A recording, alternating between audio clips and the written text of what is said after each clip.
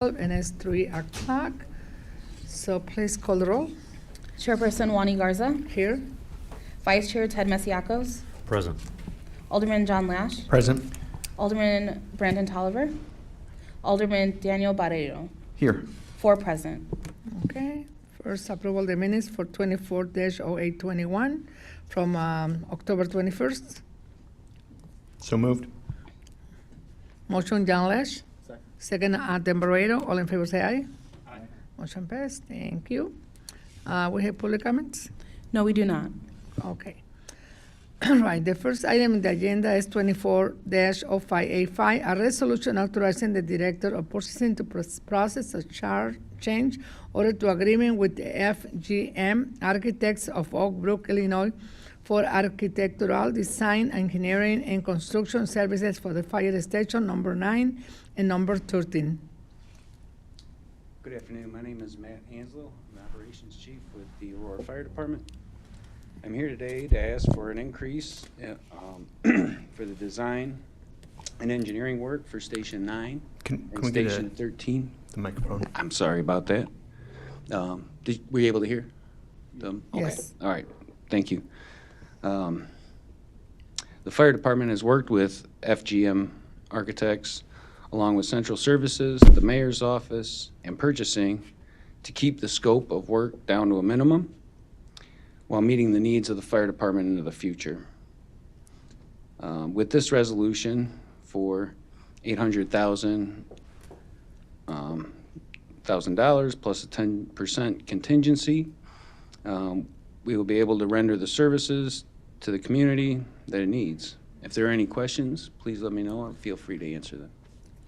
Yes, I think one of our aldermen have a question. Yes, John?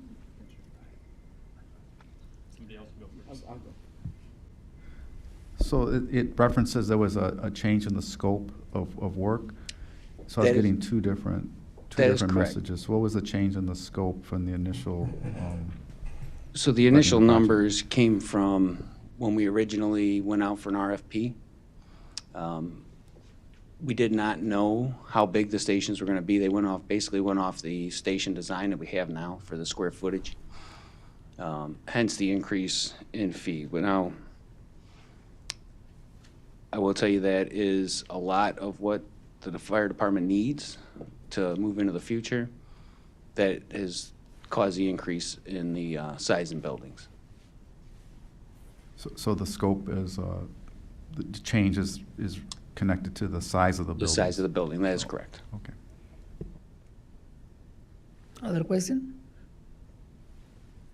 Yes, John? Sure. Thank you, Madam Chair. So what was the change in the square footage? The square footage for fire station 9 went from 11,000 to 18,000 square feet, almost 19,000 square feet, while station 13 went from 17,000 to 20,000 square feet. Were there any changes to, I know I had submitted at the early, more than a year ago, a request to push this to be a green building. Were there any changes to the scope of work with respect to moving this into being a passive house style construction project that would lead towards a cost and increase?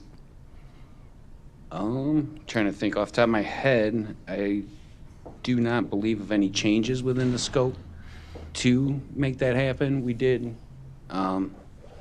these buildings will be. I just want to know if it's a square footage compliant. change or are there other changes that, sorry. It's basically all based on the square footage. We did look at doing LEED.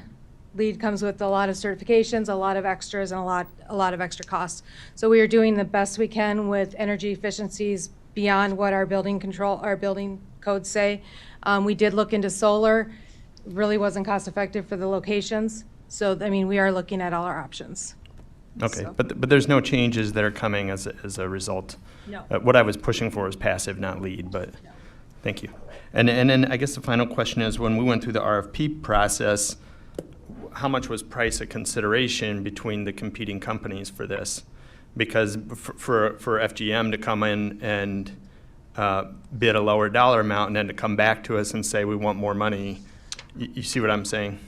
I am, and with the increase in the scope, FGM dropped their fee structure from 9.2% of building cost to 8.5%.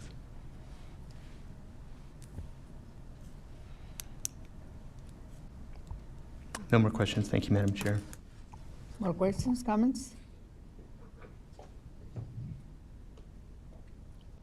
Yes, Madam Chair. Yes? Thank you. I'm going to tell you, I have this docket does bring up a lot of concerns, Okay. the way it was written.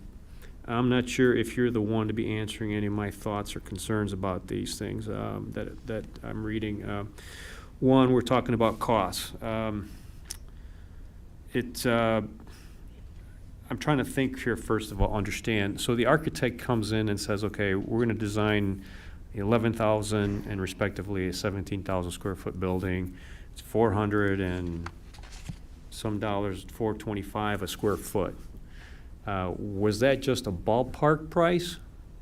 At that point, yes, Or I it should was. say a ballpark approach to this? What was the approach? How do we get to this point? Because right now I'm hearing we're trying to keep scope to a minimum.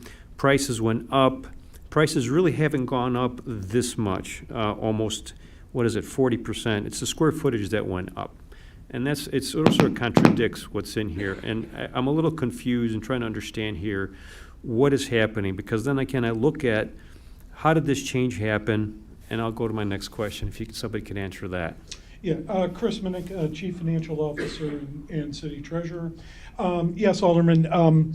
Essentially what happened is, as the memo states, when the initial RFP or RFQ was put out for architectural services for both these stations, they were based primarily on what is existing today, and none of the respondents really had any input to what the size of the building was going to be at that particular point, nor the particular estimates of cost. Those were developed on our end. As we went through the process, it became pretty evident pretty quickly that given the scope of the buildings, the size of the buildings, the activities that were going to be housed in those buildings, that what we had today was very much on the small side. So those scopes were expanded to handle the requirements of the fire department and those activities based on today's needs as compared to 30 to 40 years ago or more, when the stations we have were built. As we did go through, obviously that did increase the size of the buildings, as is indicated in the memo. And there was an inflationary factor as well that occurred between the initial development of the scope and just the progress of the project as it moved forward. But not 40%. I mean, we can agree, I'm going to tell you from my expertise, not 40%. I mean, there's always an inflationary factor for sure. And I'm not Yeah. trying to come down on you on that. I'm just trying to, for me, there's a lot of disparities. And it didn't make sense based on what I was reading on this docket and what really happened. Because we have a ribbon cutting or a groundbreaking tomorrow as well on this. Tomorrow, I think it is Right, tomorrow. right. I So- believe it is tomorrow. When I look at the contract, and the price going down percentage-wise, I mean, that's common practice by an architect. The scope of the work increases, the size of the project increases, the percentage comes down. There are That's economies of normal. scale. That happens. So there's really no savings right there. It's just a normal way of doing business. My question is this contract that we had originally, and in terms of compensation, Article 4, paragraph lowercase a, which says supporting documentation to warrant the change in maximum price may not be changed unless the city is provided with information. Who was provided information when this change happened? Well, That contradicts what we had in the contract with FGM, if any.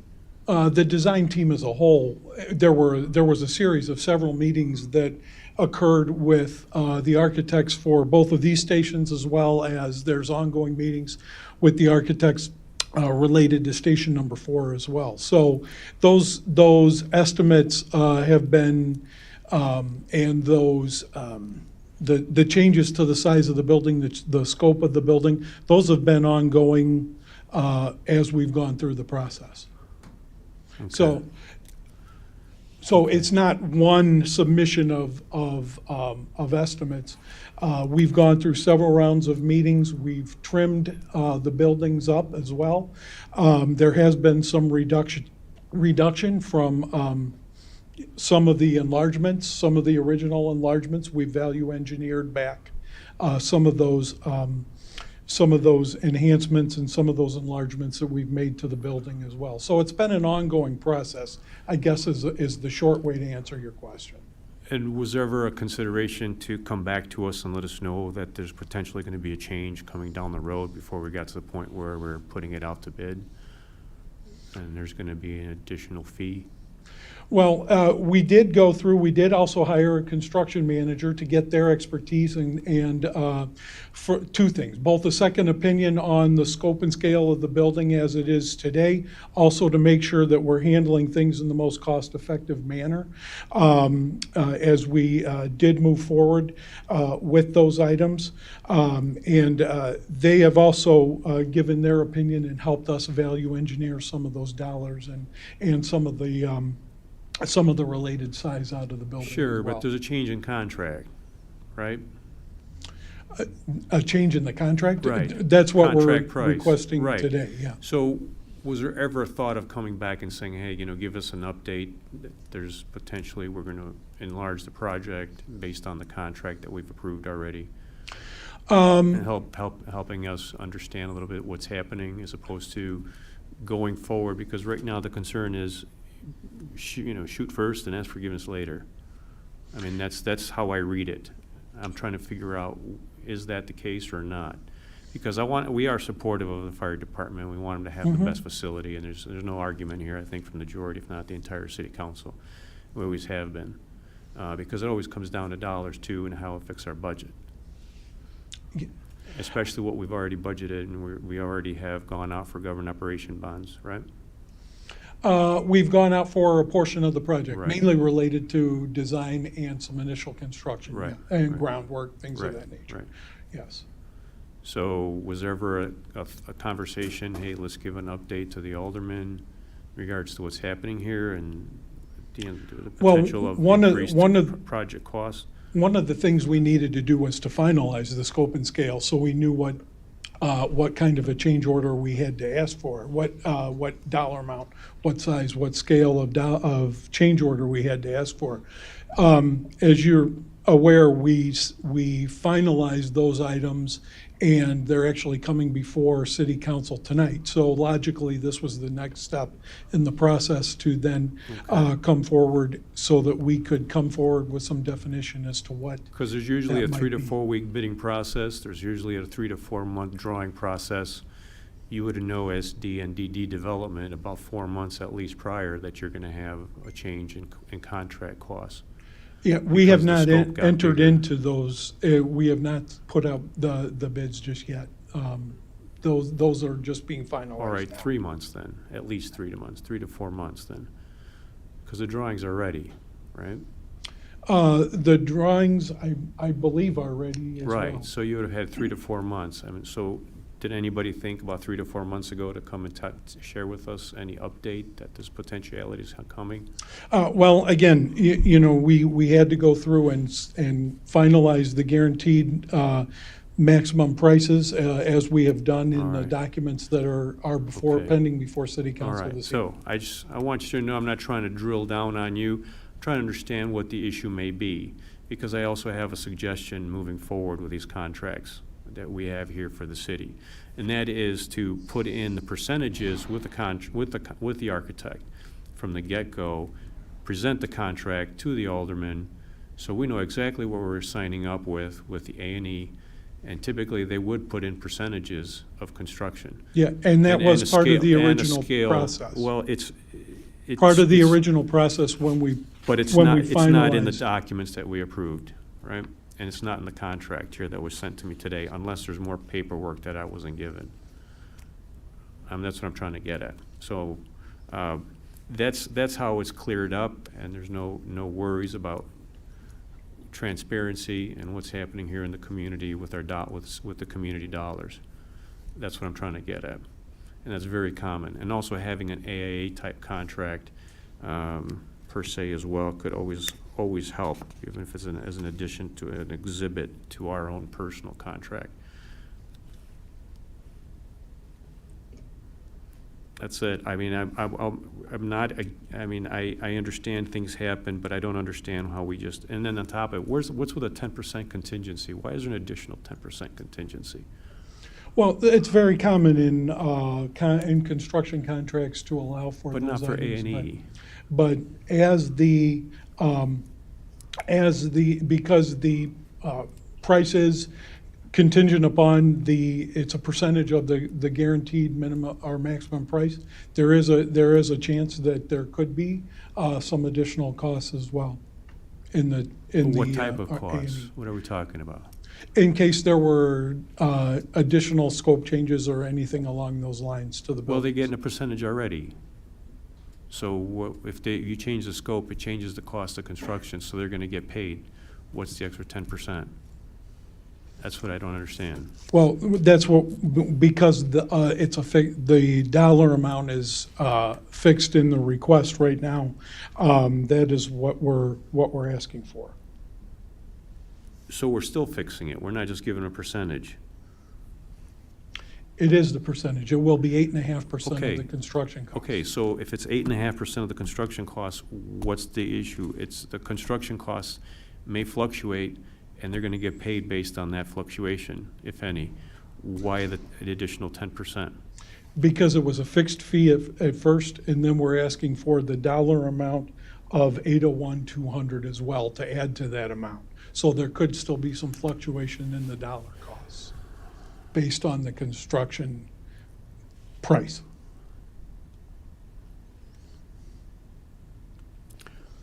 I'm a little more confused now, Mr. Minnick. Okay, it could be 8.5%.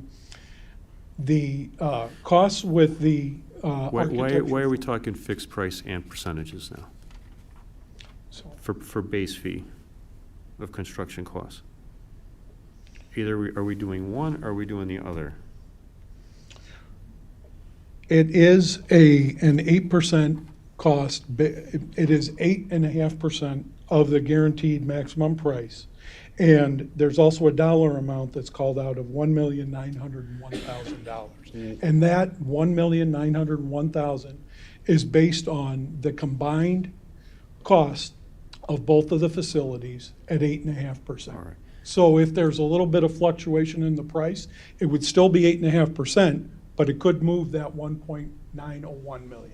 So why are you putting the word guaranteed in there? Why not just give the A&E a flat rate based on the final construction price? That's the terminology that's called out in the contracts as a guaranteed maximum price. And why is that in there?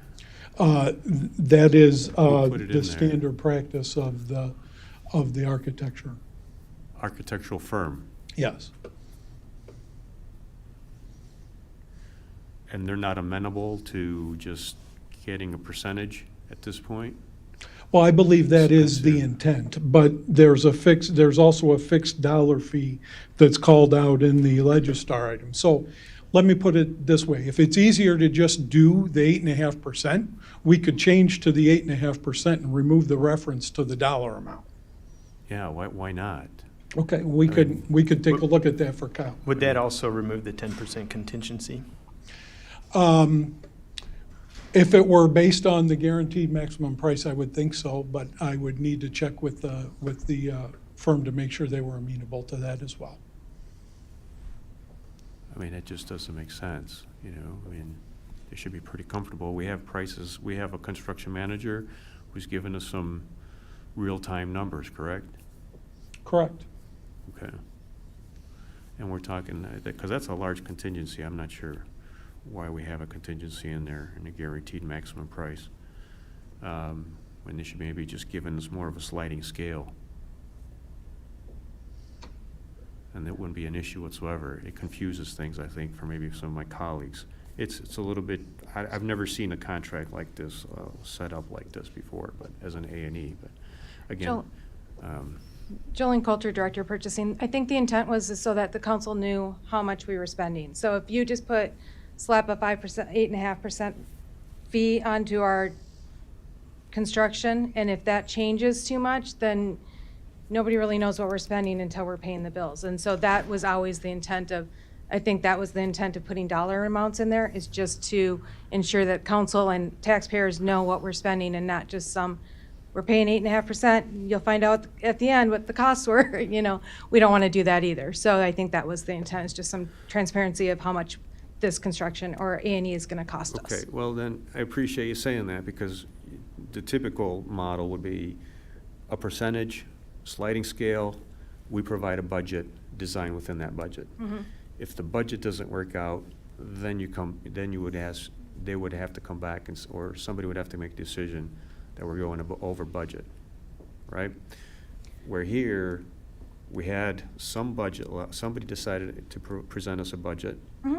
Somebody decided to give us a fee. We've gone 40% over. Yeah. And we're ready to go out to bid if we haven't started bidding it already with our construction managers.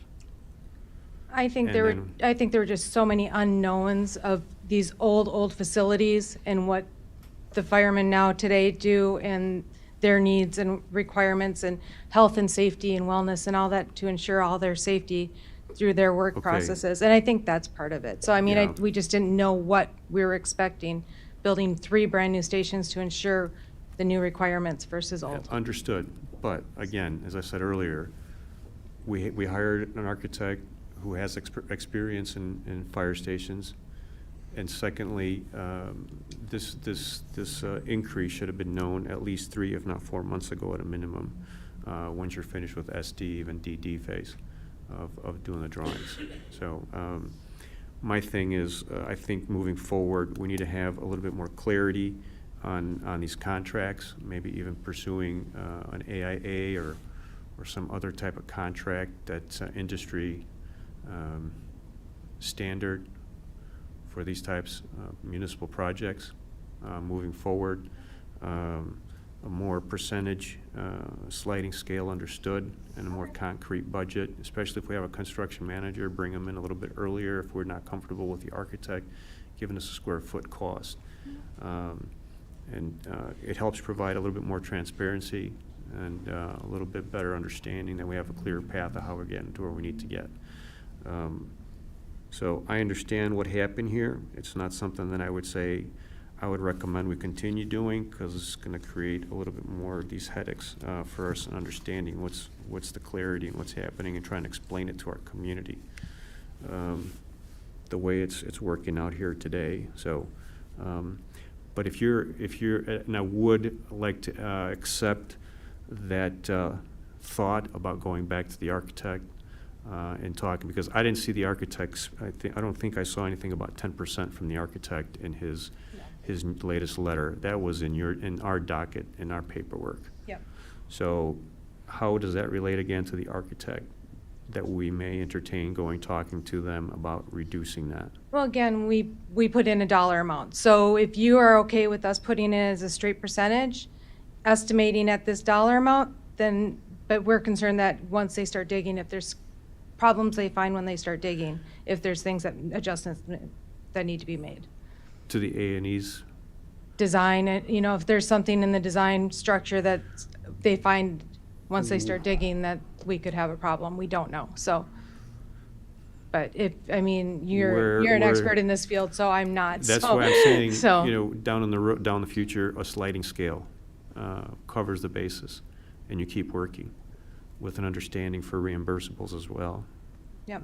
I've seen it before. I've seen the contract for fire station that we did over by Holy Angels. I mean, this is way back when I was a younger alderman. I don't understand this one. Madam Chair? Also, Yes. when I finish too, if you don't mind, also, I think if we could have these contracts in full moving forward with these kinds of projects, I think would be help out as well. Because I know the contract was being worked on when we approved this project. We didn't have the full contract number. We had only the architect's proposal, I believe, when we voted on this initially going back last year. So I appreciate Mr. Minnick, and I hope you don't feel I was difficult with you, but I just didn't understand a lot of the things, but I do now. And I just don't agree with this approach. I know there's a better way.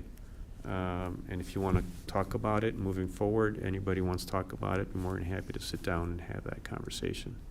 Understood. Thank you, Alderman. Yes? Sure, thank you, Madam Chair. I was just want to appreciate Alderman Masiakis' level of expertise on this. But as sort of there's a question for the Alderman. The industry standard is 8.5%. Pretty typical for this line of work for just the architectural engineering. I assume this doesn't include the construction management. And then secondly, did you want to hold the item here until they can renegotiate with the architecture firm? Just so I understand what you're saying. One, to make sure that what's being proposed is in line. And if we're proposing a percentage, I do think a percentage plus a not to exceed number would be good, a number that the administration knows they need to come back to the council for approval on. I'm just curious what it is you're asking the rest of us to consider. First and foremost, FGM is a reputable company, a reputable firm. And I would really be surprised if they were trying to pull a fast one on us. I mean, I think they're not the concern here in regards to what the rate is. They're going to go forward with a client based on the direction the client shoots toward, or should say expresses to them for getting a contract. There's always a range of fees, and they're always negotiated, and we have staff that works to negotiate them, just like they did here. They negotiated to bring the percentage down based on the increase of scope of work and the size of the project. If we were to get into the minutia at this point, I think it would just clog the wheel a lot more. I understand what's happened. Like I said, it's not my cup of tea. It's not the approach I would take. But moving forward, I wouldn't like to see this personally, this approach. I'd like to see a more traditional approach, a more cleaner approach than this. I will say that because I think there is a better way of doing it. We have done it in the past, I believe, like I said, but I understand what they're trying to do now. And I would typically have this conversation with you, Mr. Minnick, and maybe even Mrs. Coulter as well. I just received a lot of this information within the last hour as well. So to have these conversations before we come here, so we don't have a long drawn out conversation to understand exactly what happened.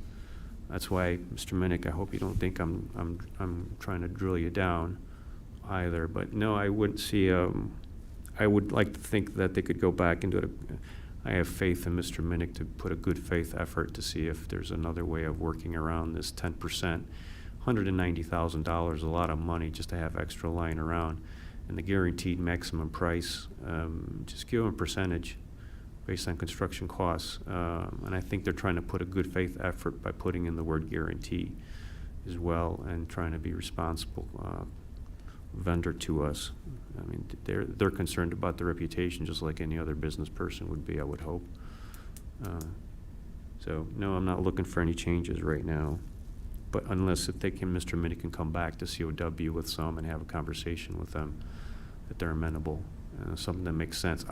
What I don't want is you coming back and forth to us. Okay. That's what I don't want. I don't want the architect coming back with another proposal letter. I don't want you coming back before us with another, oops. Oh, here we do it one more time. That's all I'm trying to get at. So if you can figure out a way to do that, great. With the architect by next week, I'm okay with that. So just so there's clarity, is the plan to renegotiate with the believe the plan would be to go with 8.5% of construction costs based on the guaranteed maximum price. We'd remove the item related to the contingency, and that should get the job done. And I believe that's what Alderman Masiacos is suggesting. And does it make sense to also add a not to exceed number? No, because that gets us right back to where we are. That's what we were trying to Right. kind of get to with the way we worded this, was 8.5% of construction costs up to that maximum of 1.9 million. That's exactly how this was structured. So that would not address Alderman Masiacos's concerns in any way. Can I ask a quick question? Is there, we have two different things. We have the architect, and then we have the construction of the fire station. So if there's change orders to the construction of the fire station, It changes the 8.5, it the changes, fee it based on the automatically changes 8.5%. because we approve the changes in the work that's being done.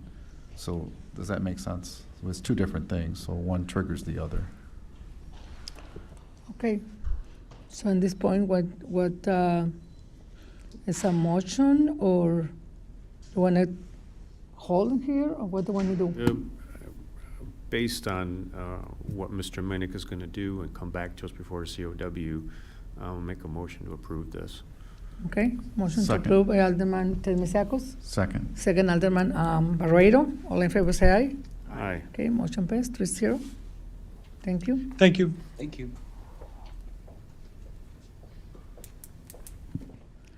Okay. Next item is 24-0750, a resolution authorizing the acceptance of vendor proposal and execution of contract for janitorial services and various city buildings for term of 2 years with 2 optional year extensions. Good afternoon, Derek Winston, Director of Public Facilities. So basically, we took the top 3 proposers and we distributed all the subject properties amongst the 3. And then by doing so, we were able to realize an additional $27,000 savings over just taking the total, awarding all the properties to one vendor.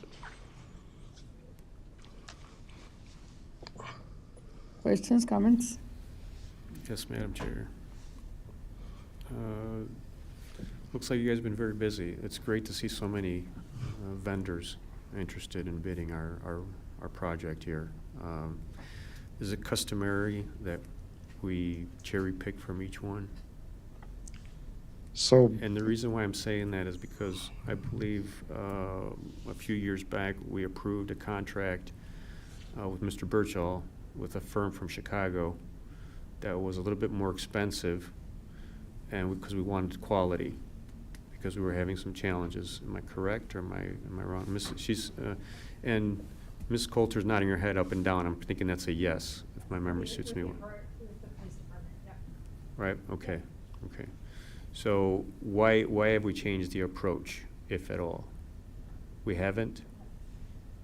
Because we just went with one firm, that's what I'm trying to get at, one firm as opposed to cherry picking from a few vendors and putting the whole package together. Jolene Coulter, Director of Purchasing. This is how we've traditionally done this for the city hall buildings, for the downtown city. Okay. We have multiple vendors. The police department, we have one vendor. We don't have multiple vendors going in and out of the police department, security reasons, Okay. background checks, things Okay. like that. And you also have that same issue here. You want to know who's in what buildings, but most vendors cannot handle the number of buildings, the timelines that we need things cleaned. That's why it's submitted as an RFP. It's actually sent out based on, we look at evaluate qualifications and their capabilities to be able to do the work in a timely manner in the way we need it done. And then we look at pricing to, yes, we hope that they're the best price, but we always try to make all those pieces put together. so. Okay, but that was just for the police station then at Yes. that time. All right, that's what I want to know, just a little bit for my clarity. Appreciate it. Yeah, Ms. we've done Coulter. this traditionally for years this way. Okay, I so just we have want to know what multiple- the difference was. Yeah. I didn't write it down, so I'm No. just going off of memory. You're and okay. You appreciate can't remember all of that. Right, okay, thank you so much. Okay, yes? Just a quick question for staff. Have we ever considered doing some of this in-house? I see these are pretty reasonable prices. I'm just curious if we've ever looked at doing the cleaning and maintenance of our buildings internally.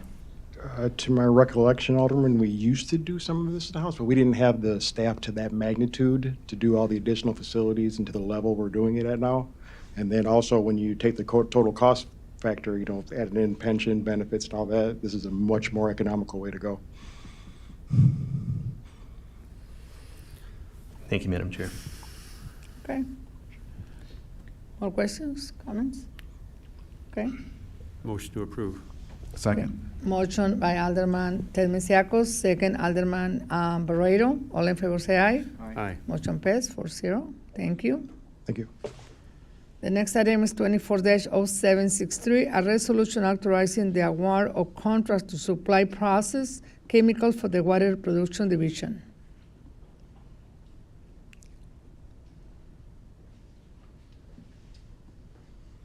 Good afternoon, Joe Munder, Assistant Superintendent for Water Production. You have in front of you the result of our in-house paper bids as well as the online reverse auction bids that we held a couple of months ago. We've gone with the lower price bidder in all cases. The funds have been applied for to pay for these chemicals. And other than the reverse auction turned out very well for us. We saved a fairly decent amount of money over last year. And as an addition, we have the reauthorization of our anionic polymer that is a proprietary chemical from Nalco. Questions, comments? So moved. Motion by Alderman John Lash, second Alderman Barreiro. All in favor say aye. Aye. Motion passed 4-0.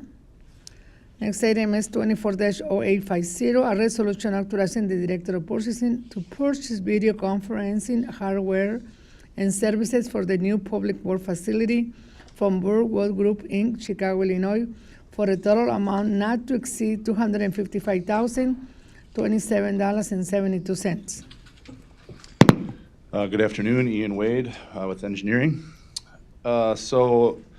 As part of our construction of the new Public Works facility that we've come to you with various items in the past, we were at the point where we needed to equip our conference rooms with the proper Teams, SharePoint services, and Teams environment. So we enlisted the assistance of our IT department, who, as described in this memorandum, had previously completed a competitive bid process to award configuration and migration of these services to Burwood Group Incorporated. So we got those folks out to the site to scope out what we have and what functionality we were looking for in two smaller conference rooms, as well as our one large 3,600 square foot training room, which has quite a bit more functionality in that room, as well as the purchase of 9 other monitors in some of the larger offices and common areas in the building.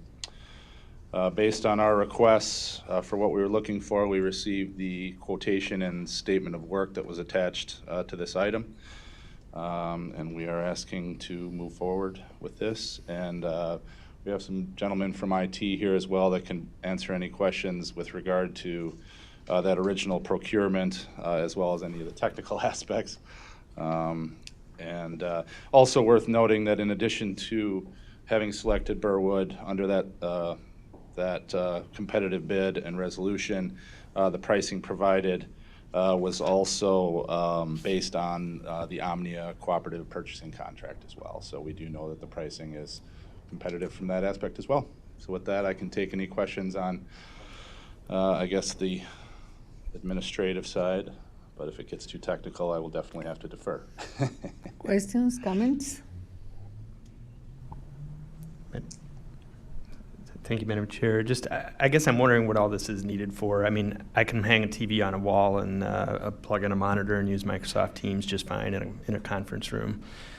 Why the multiple monitors around the building, and what's the necessitates that?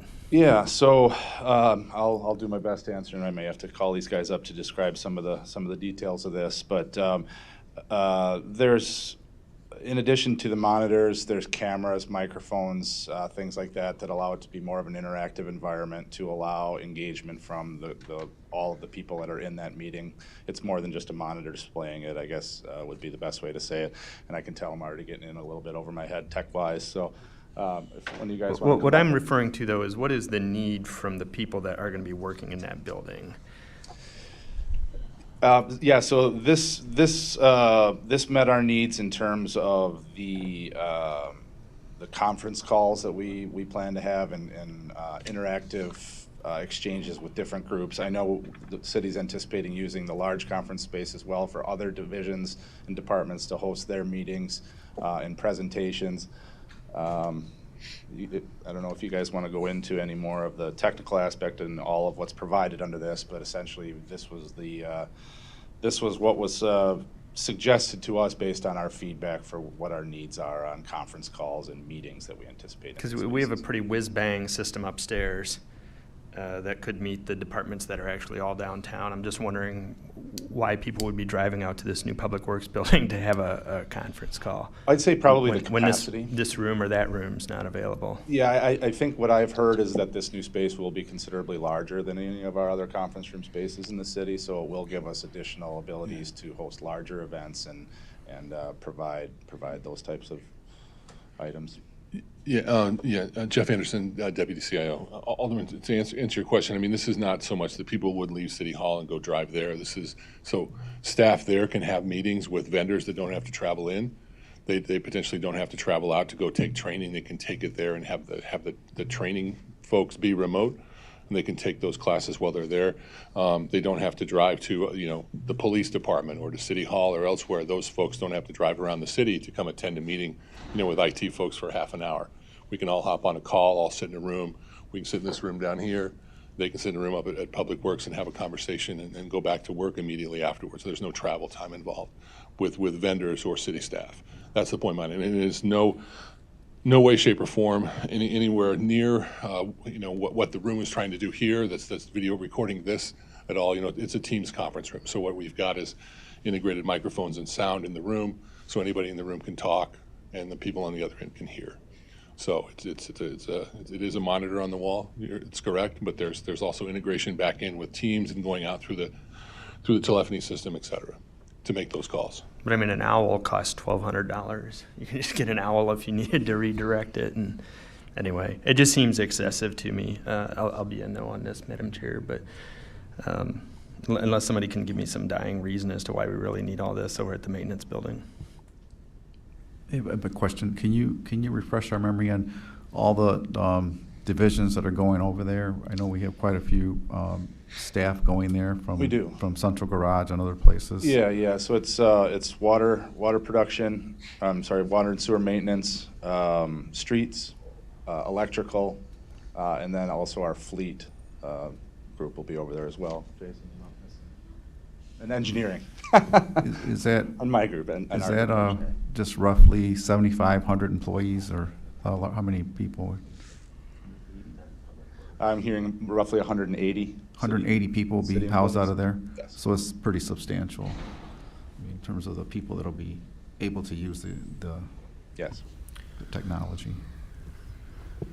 Are there any other pending expenses for this building that we haven't mapped out? I've asked that question 5 or 6 times, and I've always Yeah. told that, this is the last one. Well, hopefully we've said there's a few more IT things coming, but yeah.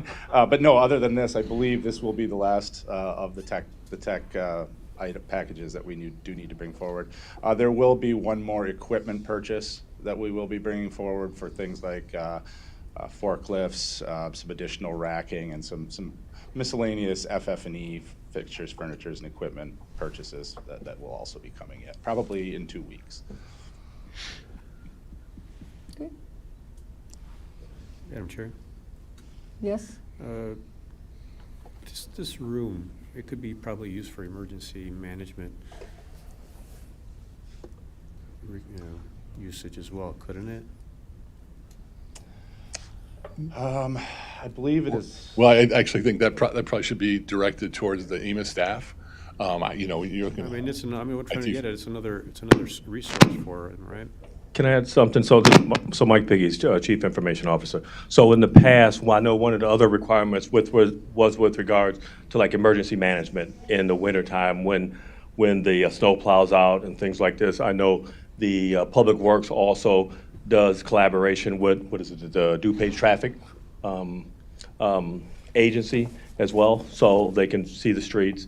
It's also can be used for emergency management as well, or any other community-based meeting. And I would add that it's not as simple as throwing an owl up on a desktop. This is not some consumer-based home product, right? We got over 200 employees there.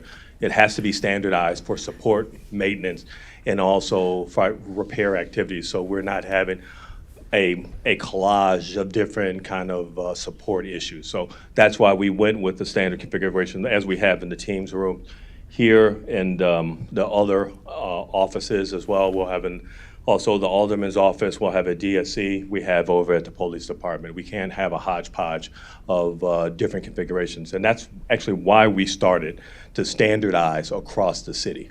It's not just as simple as I'm at home, I want to throw an owl up and just do a video conference. So, Yeah. I think there's a lot of professional corporations that use those simplified communications for small meetings and so forth. But I understand your rationale for wanting to standardize across the city. right. It just strikes me as excessive. Well, I mean, many people would say that anything technology is excessive, but again, when you don't have it, it basically deters from operational efficiencies and getting the job done, so. If I can finish my thought, Madam Chair, after that first question, we did talk about it being a used share space over there and to have meetings and also training at that building when we first were approving it here at City Council when it came before us. So it's not something that's not a secret. And then secondly, the other thing as well, and I'm not trying to be humorous or downgrade anybody, but you know, as an architect, we have to take a test or tests, multiple tests that makes us a little bit dangerous with mechanical, electrical, plumbing, maybe even civil engineering. But it doesn't make us a civil engineer. But what I'm trying to get at is we don't take a lot of tests in terms of when it comes to technology. And unfortunately, my go-to person is my son. When it comes to technology, I mean, even yesterday he was telling me how to do things technologically with my car I didn't even know I could do. And I've had it for 3 years, let alone my cell phone. So, yeah, it's technology can be pricey, especially when you're trying to get the latest and greatest as well. Because within 3 years, if not at that 3-year mark, it's definitely considered extinct. Am I wrong or am I right? Obsolete. It's obsolete. Okay, it's obsolete. There you go. That's the word. Same difference, though. Right. So we're trying to enjoy it for at least 2 to 3 years, and then try to pull some more out of it as well. So. Right. And also, thank you for that, Alderman. And also, we've seen the impacts of this during COVID, when we didn't have this video conference capability. The city council meetings and things came to a halt, right? So we all kind of understand and appreciate kind of the, you know, the value that it brings. But when it doesn't work, we will get the first call and say, why isn't this working, right? So we just keep that in mind, but I appreciate that.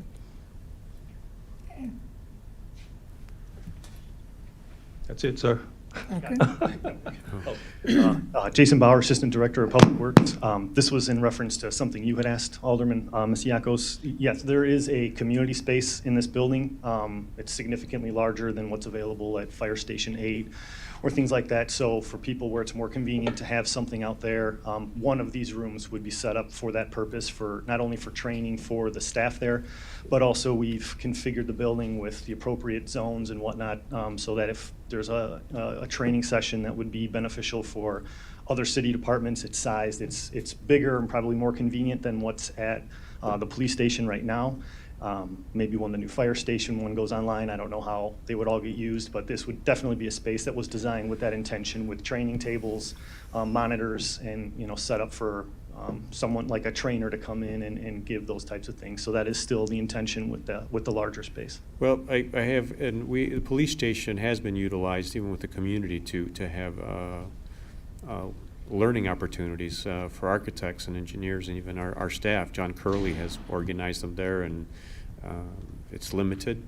I've seen architects come from the far north that I know, and architects that I know from deep south, Cook County, that would come and attend these learning sessions here at the police station. we're running out of space. Yeah. So this would have as that well. functionality, and then So that, what I'm trying to get at is, there's Correct. multiple uses that we Correct. allow for the community at large as well to utilize these spaces in Right. conjunction with our staff. And then the other larger expense would probably be the conference room that's going to be utilized by engineering. Now that we're moving up there too, the need to have that Teams interactive. We have development meetings which involve multiple departments, and those happen, I believe, every Tuesday, and you know, they can be quite lengthy, and that's for our staff to be able to attend the portions of that they need to and interact well with John Curley's team, which we won't Right. have now since we won't be in the same building, and we're going to be, you know, Yeah. 15 minutes away, and the travel Yeah. time, like as it was alluded to earlier, having that travel time where someone can just walk to one of these conference rooms and then go back to work. You know, that was probably one of the main drivers for really increasing that. And then, again, with engineering being there, there's two other smaller conference rooms that I believe are going to have similar functionality, but the larger expenses are definitely the training room and then the large conference room. Right, thank you. Hopefully, Alderman Yes. Lash, that'll help out with your decision-making. Yeah, no, I appreciate it. Thank you, Madam Chair. Just quickly, I guess I hear what you're saying. This will be a community room, but I also want to just let, you know, when this room was designed and you came back, because I was just getting on to council, that we had all the bells and whistles upstairs and we needed them down here. And the rationale was that we had all these boards and commissions and we were going to put all those public meetings online. We have the new technology, it works for these meetings, but we haven't done it yet for some of the things that we said that we'd be doing it for. Sure. So that's all, is just sometimes these things are being sold to the council, and I've attended some of the meetings actually at the police station, so I know how it gets used in its training facility, and now I understand better what you're saying about the original planning and intent for this room. And it would be much more in line with that than it would be with the functionality of this space on the 5th floor. Okay. Motion to approve? Motion approved by Alderman Demorado, Second, second Alderman Telmesiacos. All in favor, say aye. aye. Motion passed 4-0. Thank you. Next item is 24-0856, a resolution to execute a 5-year contract with OpenGov, Inc. to the amount of $1,166,386 for the implementation and use the Carter Graph Enterprise Assess Management System. All right, hello, committee. My name is Brian Cadame with the Engineering Division. The Public Works Department is looking to purchase and implement a enterprise asset management system throughout the department, and we'll also be including Parks and Recreation within that. When we're referring to enterprise asset management, it's a kind of a combination of two different systems. The first one is the asset management system itself, which will help us track any kind of costs and life cycle information, condition scores with the actual assets that the city owns. And then the second part is a computerized maintenance management system, which basically allows us to take all of the equipment, labor, and materials that we are using to do work on those assets and then store it within the computer system. So the idea is by taking two of these and rolling out the enterprise asset management system, we can start rolling out preventative maintenance plans, have a lot more information for making our decisions on capital infrastructure planning, and be able to be a lot more informed. One of the reasons why we're looking at doing this, just kind of looking at some of the numbers for the water distribution system itself. You know, we've got 850 miles of pipe, you know, close to 10,000 fire hydrants, you know, thousands of water valves, individual distribution segments, and about, you know, almost 50,000 water service lines. And when we're looking at just the amount of work that we're doing each year, we're doing, you know, valve exercising, we're opening and closing all these valves for other types of work, hydrant flushing, water main flushing, leak detection. So we're doing hundreds of different types of work projects on each one of these assets, and these are being stored in vendor databases, flat files, CSVs, Excel files, some of our GIS layers. So it's all kind of data silos that each division is taking. So the goal here is to be able to take all this information on our assets and combine it into a single system, not just for the water system, but for sewers, for streets, for electrical, for all of that. So we have a unified place to track and review the information that we've been doing historically and going forward.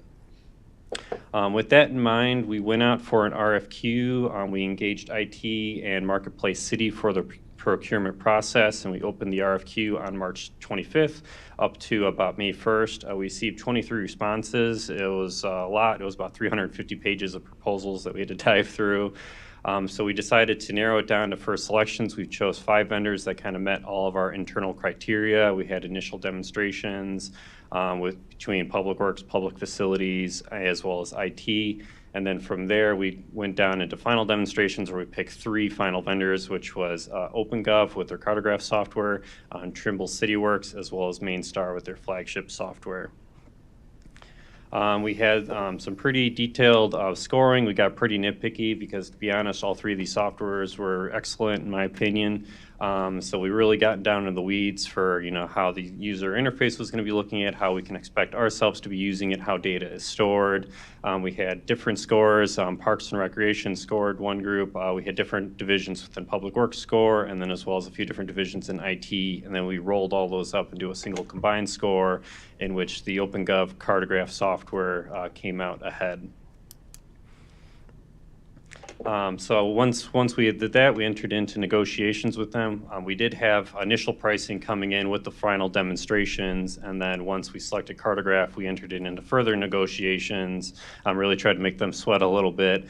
And we came down for a 5-year contract total of about $1,166,386. That includes the software as a service fee over those 5 years of $927,000, and then a 2-year implementation to install the software of a not to exceed of $238,680. The first year, we're looking at doing basically all of our liquid conveying assets, so water, storm, sanitary, and our combined sewers, as well as our tree assets to go in line with the hopeful grant that we'll be getting to do a tree inventory. And then year 2 will kind of be more surface level, so streets, electrical, mobility like sidewalks, and the rest of the parks and facility assets that we have not included yet so far. And then on top of that, we wanted to roll up all old work that we have kind of being stored just, generally throughout the servers. We have a very old database that's still being used by Water and Sewer, the IBM AS400. We want to get rid of that, so that way we don't have to rely on ancient knowledge to kind of keep that up and running. And we also are looking to tie this into current village system or city systems, such as GIS. So we're going to be sitting on top of our GIS system. We're going to be connecting it to our new Granicus OneView system 311. So as customer service makes tickets, they are created in our system, so that way our guys only have to work out of one and don't have to do dual entry. We are also going to connect it to Julia Locates. So as locates are coming in, our guys will get those automatically and be able to get them out in the field. And then to our Central Square Naviline software, so we can get budgeting information to be pulled into our system as well. All of this is currently budgeted under our CIP item C-147. We do have sufficient funds available for that. It was budgeted last year, and we came a little bit under budget for that. And then we do have just a few screenshots for it. So Cartograph Asset Management, it's owned by OpenGov. And so they do kind of cover, on the asset level, a lot of detailed maps, allow our guys to be able to do it. They have a mobile-friendly application that comes for free with the software that our guys will be working with out in the field. And then that way we'll be able to assign work, see where people are working at with any time in the field, where they're at, what they're doing, who they're assigning with, how long they're working with. Tracking, vehicles, equipment, amount of materials we're using on every single project. We can pull that up for any historical projects once the system's implemented, and then we can create different scenarios. What if we want to, pave these 5 streets instead of these 5 streets? We could run those scenarios within the software and get that cost information. And with that, happy to open it up to questions. Questions, comments? Madam Chair. Yes? Technology. I don't have my son here next to me, but I do appreciate the presentation. I appreciate the slides as well, even though we have some information here in our docket also. Just one question for you. You mentioned budgeted for last year. Was it? Oh, we put in the budget for last year for this year. All right. Okay. My bad. All right. And was this something that we were looking at years prior? Correct me if I'm wrong when I read through the docket here. My understanding is that our existing system is expiring no longer be supported, our existing platform? So I think that's more referring to possibly the 3-in-1 system. So we actually do not have an asset management system currently within Public Works. So this will be more of a groundbreaking for us. We are looking at, so the IBM AS400 is kind of the oldest system, but that's not really, a work order and asset, it's just kind of storing some historical work. Otherwise, we're storing it in separate files. It kind of depends on which division. Sometimes it's a vendor database, sometimes it's our GIS system. So it's really trying to put in a new software, and we're not replacing anything, and it will be able to go forward from there. And I probably know the answer to this, but have you reached out to these other municipalities and asked them how pleased they are with this program? Yes, so we haven't had a chance to talk to anyone that has implemented both Granicus and Cartograph, but we have actually, for all 3 of our finalists, we reached out to all the different references they supplied, and then when we were going with Cartograph, we reached out to a few other additional ones that they have not supplied, so we asked them for who else. So one of the groups was Elk Grove, so they were not listed as a reference, but we reached out to them, and then Elk Grove provided us with a few other references as well. So I guess they have a working group that they typically work with on Cartograph issues. What was the feedback? Generally, they've liked it. So in years past, it was a little bit more cumbersome. My understanding is since OpenGov bought the software, they poured a lot of money into redeveloping it, and everyone's been happy with the systems that we've talked to. All right, thank you. Yes? Just real quick, what's your rollout timeframe? So the goal is, once it's approved, we'll be kind of getting going. So rolling out for us, there's a lot of workflow kind of discovery that has to happen first. So they'll come out, we do interviews with labor supervisors to understand how we want the system to work for each division. So we're expecting that to take place early spring. The goal is to kind of get a test system up and running by summer. And then once we can get the green light on the test system, then we'll roll it out for everybody. So it's hard to say the exact time just because we're not sure, if there's kinks in the system, or stuff, our workflows, we'll have to fix those. But we're set to do all the liquid conveyance by the end of next year, and then the rest of the assets by the end of 2026. So that's kind of the hard timeline there. But the hope is to get people up and running by middle of summer. And how much training is going to be involved with this package? Do we have adequate- Could be a lot, could be a little, kind of depends on how quickly people uptake it. If someone's very used to, technology, my guess is it's going to be a lot quicker versus somebody that, is not used to using phones and tablets. It might take a little bit more time. Typically, I've worked with these systems in the past. Usually, it's a few months as you get better and better with using it. But a lot of the training comes with the sandbox environment or the training environment that we'll be creating for them, so they won't be working the live system. So we could train them as we're kind of building out the system, and then once we're ready to go, we should all be hopefully ready to be up and running. And I guess the only other question is how many times do you plan to come back to the council between then and 2026? Hopefully none. We tried to kind of cover as much as we can. Within that price, we did include a little bit of contingency for any other assistant work that we've had. So the goal actually, by 2026 is we'll actually be under budget from there because we tried to account for that. If everything works out well, we won't need to use the entire implementation cost because there's some consulting amounts in there. Worst comes to worst, we try to budget for that.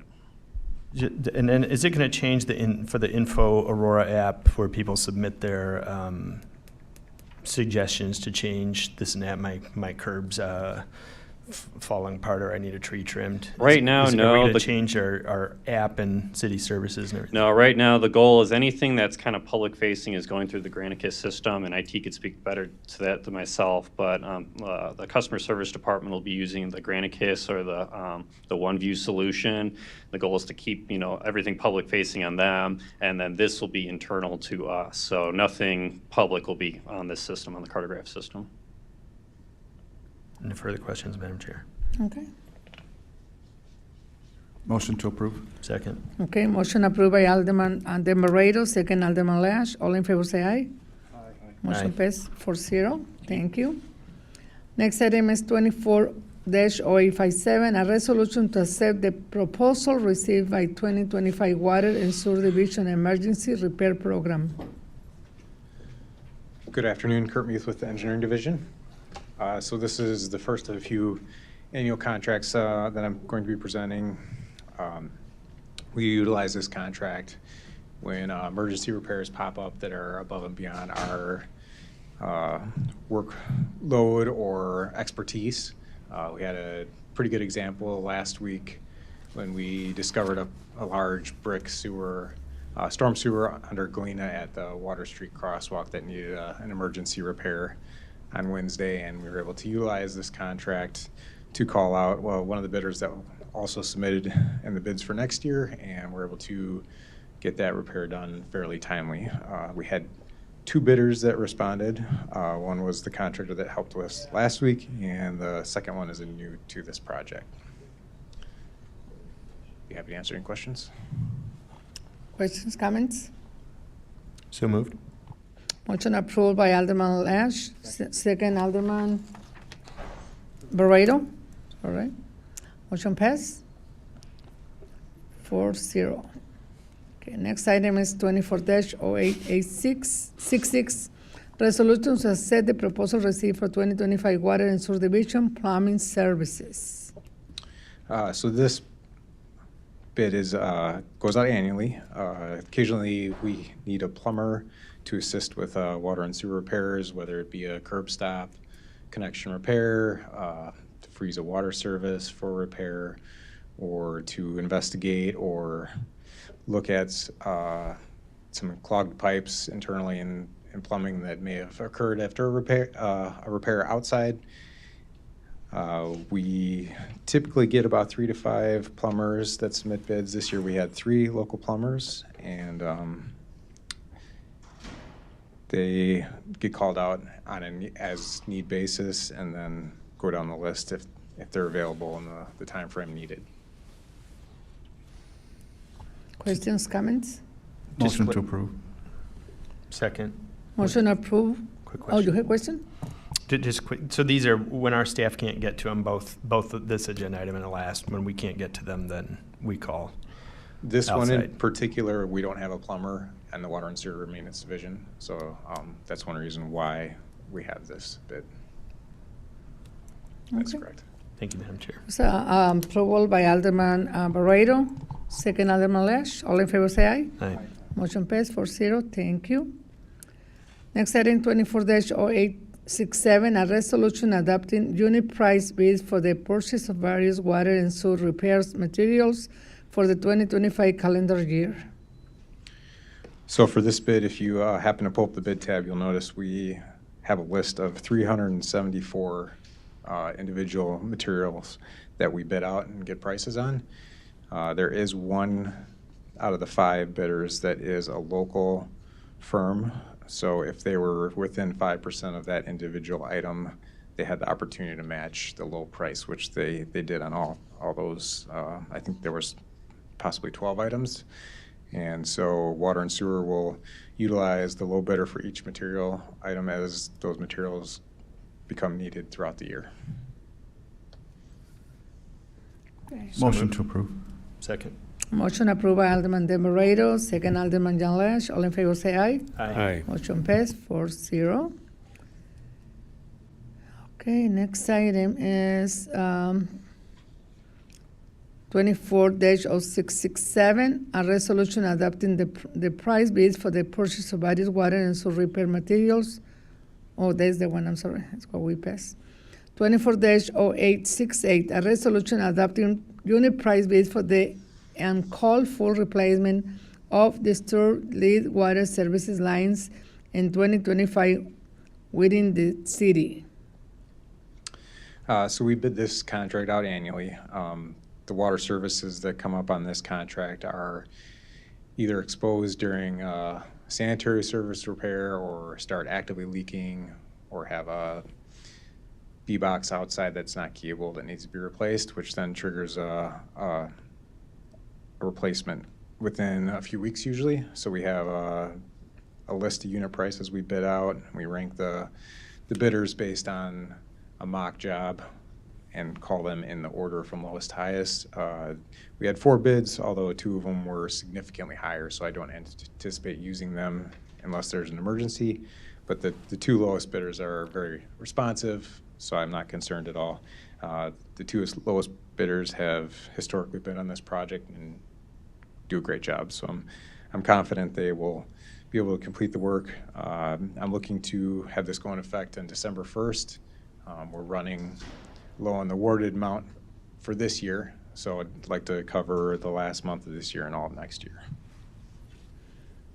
Motion to approve. Yes? Second, but for discussion, Madam Chair, just what is, I know each project's going to be different. First of all, this is not for planned work. This is for somebody's water line leaked or they had their home tested, and this is when we go in and do it. Do we have an average cost of what that is? Understanding, again, the distance from the house is going to be different, and the complexity of each one's a little different. It does vary quite a bit, generally based on that distance, but on average, we're looking at about $9,500, I think, is about what we're at now. And these prices didn't change much from last year, so I anticipate that holding true for the next year. Okay, and then do we use these contractors at all for the planned work when we're planning to remove larger section of main or some other work in the area, and then? Most cases not. Okay. Because those are in a small project area.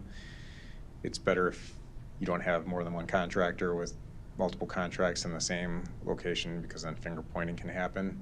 Occasionally, these contractors do get hired by those contractors to do the work under their contract. Okay. But generally, we try and keep one contract in a project location. No further questions, Okay. Madam Chair. The motion is already made by Demborado, second Question, John Madam Chair. Lesh. Question real Oh, quick. you have a question? I'm Yeah, sorry. Can you just give us an update when this anticipating that is going to work through City Council? How many lead service lines do we have total?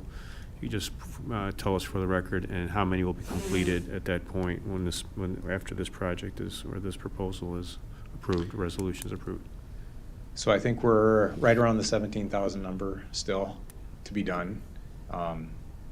With this requesting to approve 2.4 million and them being about $9,500, $10,000 each, we're looking at approximately 240, 250 to get done under this contract. That doesn't include services that are done within the other sewer separation projects or water main replacement projects. That will be done separately from this contract. And we are also have out to bid right now another IEPA loan forgiven project that we're hoping we would be getting bids in a couple weeks from that too. So that's another potential project for next year that we'll be bringing forth to you in the near future. Yeah, the reason I ask is because we were at the IML conference not too long ago, and this was one of the sessions in regards to what to anticipate in the future. So that's why I asked the question. If you don't mind, if you can tell us a little bit more, send us an email about where we're at number-wise in our city with our lead lines to be completed. I mean, that would be appreciated.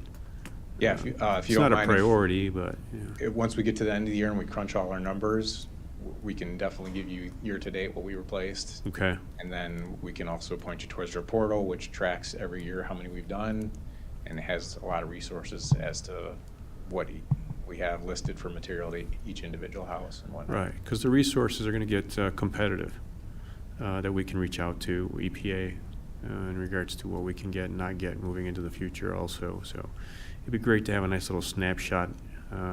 And I mean, it would be great if you give it to us in January sometime or February, but the latest. But January, just have an idea. Be appreciated. Thank you, Madam Chair. Okay. Real quick, one other follow-up question on that, if I may. So we're doing about 200 a year unplanned lead service lines. I think that's what we budgeted for. Okay, thanks. Okay, the motion is already made by Alderman Barredo, second Alderman Lesh. All in favor say aye. Aye. Motion passed 4-0. Thank you. Next item is 24-0869, a resolution authorizing the Director of Purchasing to execute a change order to existing contract with the WBK Engineering to the amount of $45,950.00 for the stormwater modeling associated with the River Edge Park Phase 2 expansion. Good afternoon, Jason Bauer again, Assistant Director of Public Works. We hired WBK for a small contract earlier this year to go through the stormwater modeling that we thought FEMA was going to need for doing the remapping at the park. Currently, they show the flood, the 100-year flood event coming further into the park than it actually does when you look at the elevations. So they basically say that the base flood elevation is, at a certain height, but where it's actually mapped based on the topography, it's coming into the park well past that height, so it's not correct. So we hired them to go through that process with FEMA. FEMA was requiring a lot more work than what we anticipated when we originally told them what we wanted them to do. We thought it was going to be modeling just one set of hydraulic data. As it turns out, they wanted before and after modeling done of the improvements that were done at the park when it was first built. So they had to recreate that model and then a model that showed what happened after the park was created. And then they also wanted them to model multiple events, not just the 100-year event. So significantly more work. We're still going through that process now. And the one other big cost increase was they had assumed that the permit fee was going to be $2,000. Turned out that it was $8,000. So we want to keep them working on this so that we can get the map revised correctly. And again, more than happy to take any questions. Yes, Jen? Just a quick question. With all that modeling, did they account for the fact that the dams are going to be removed? That is not part of this, and FEMA would not require that. If down the road, if the dams are removed, it's only going to lower that line even further. It's going to restrict it would have more impacts on that. But obviously, they want to see that what was done back in, I think, 2012, somewhere in there. I'm not sure when the park first opened, but they want to make sure when that was built that it didn't have any adverse impacts before they'll change the maps. Okay. Motion to approve. Second. Okay, motion, Dan Barreto, second, Alderman Lash. All in favor, say aye. Aye. Motion passed 4-0. Thank you. No other items in this agenda? Motion to adjourn. Okay, motion adjourned by Alderman Lash, second, Alderman Barreto. All in favor, say aye. Aye. Okay, motion adjourned at 4:16 p.m. Thank you.